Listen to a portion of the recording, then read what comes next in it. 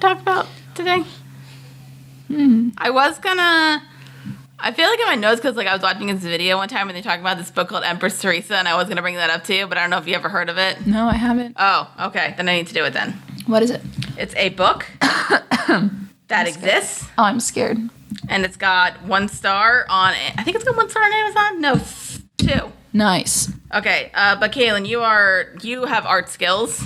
Debatable. Sure. Okay, look at this cover for me.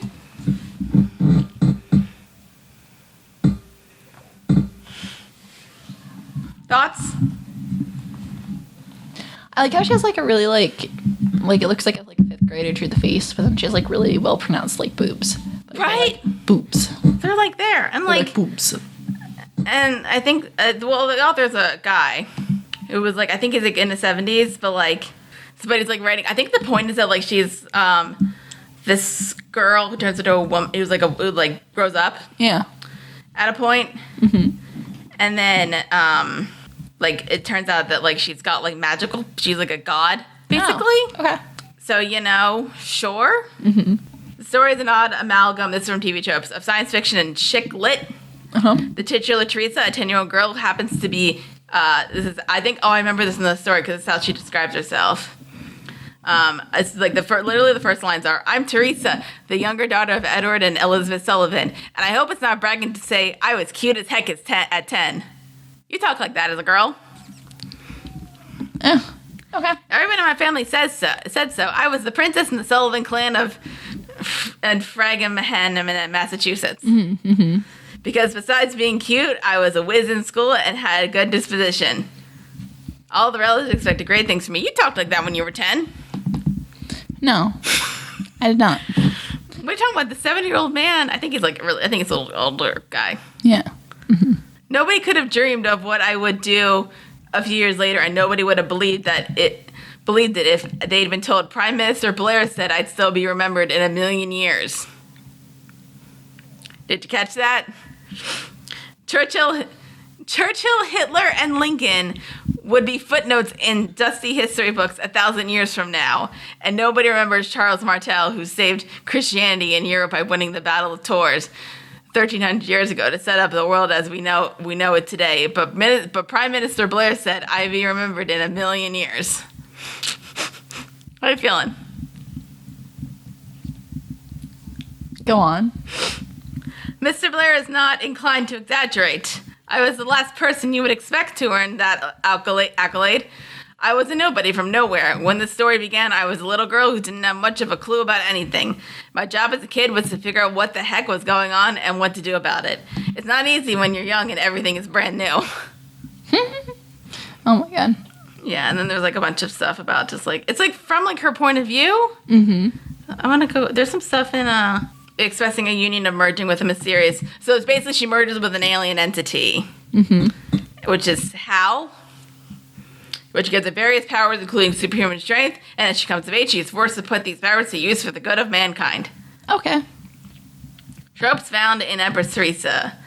It's probably a lot of tropes. The story contains an unnerving number of references to the heroine's bosom. Mm-hmm. Chaste teens played with Theresa and Steve are chaste before marriage, but married at 18 because, in her own words, Theresa said, "Could we go 4 years without doing it?" Okay. Christianity is Catholic. There are a few references to a priest and a cardinal, and the Pope, for some mysterious reason, pays for Theresa's college education. Why? That's shifty. Chosen one. The chosen one. Theresa, though, her being chosen by the alien Hal is accidental, so she's not the chosen one. Costume porn. A lot of space is devoted to describing Theresa's wardrobe, including her little black dress, her stripperified figure skating outfit, her wedding dress, complete with Venus lace, and an Irish green outfit, complete with amazing artwork from the author. Okay. Disney Death then played straight in the ending. The whole world believes Steve and Theresa are dead. Spoiler, I just spoiled the book, sorry. Oh no. But they reappear in a spaceship and bless the earth before deciding to age and die naturally. Does this remind you of anything? The alien merges with Theresa by appearing at a softball-sized white ball and entering her abdomen. Oh man. That's, yep. What does that remind? It's like, does this remind you of anything is usually a trope that's like, this seems vaguely sexual. Well, so how did you learn about this book? That's what I'm curious. I watched this video called Down the Rabbit. It's like this thing called Down the Rabbit Hole, and they literally just like go through the story. Right. And I'm just like, what is this madness? Right. Golden Moon. Whenever Steve and Theresa quarrel and then make up, say it with me. Aww. Happily married. Steve and Theresa, if your ideal of a happy marriage is a passive-aggressive masochism tango. Oh, yeah. Anybody who opposes Theresa grabs it firmly, first and foremost, Army and Navy officers who let her carry everything she needs for her plan to escape being executed via Newcomb without batting an eye.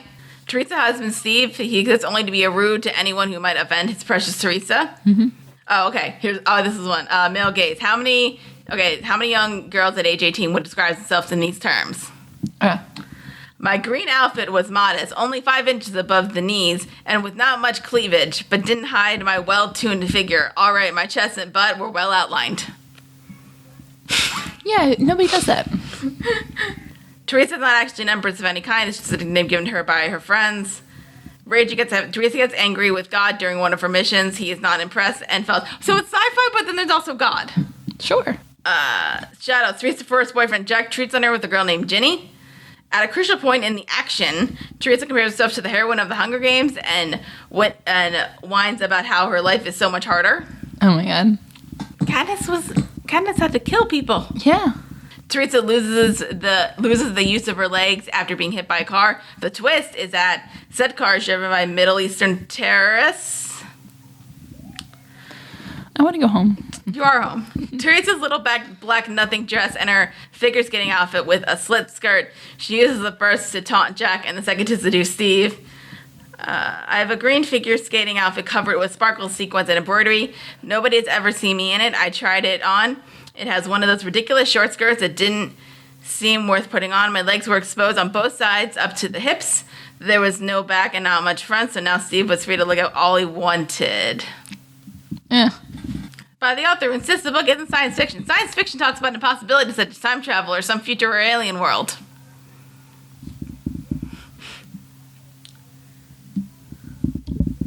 Despite being a good Catholic girl, Theresa dressed sexily to tease Jack and other boys on the occasion. Oh my god. Even though Theresa literally turns the world upside down, the only people who object are marked down as hopelessly evil. Oh man. So, there's that. That's a thing. You want to read it now? Sure. Ever? Yep. Really? Of course. Yep, definitely. On my summer reading list now. I think the guy wrote his own biography too on Amazon. Oh, well. I hope he lived an interesting life. There's a lot of 1-star reviews. I hope he spends like 3 pages talking about his own tits. Well, I think he like responded to some people on like Goodreads or Amazon and just like wrote like psalms out, but like I think the channel's Down the Rabbit Hole and just look up Empress Theresa and it kind of goes through all this stuff, but like, oh man, that's funny. You're welcome. Thank you. I'm glad I know about that now, and by glad I mean not at all. But yes, you had some fun. I had some fun. Sure, that was a good time. All right. Anything else that's going on in the world? Not really. No.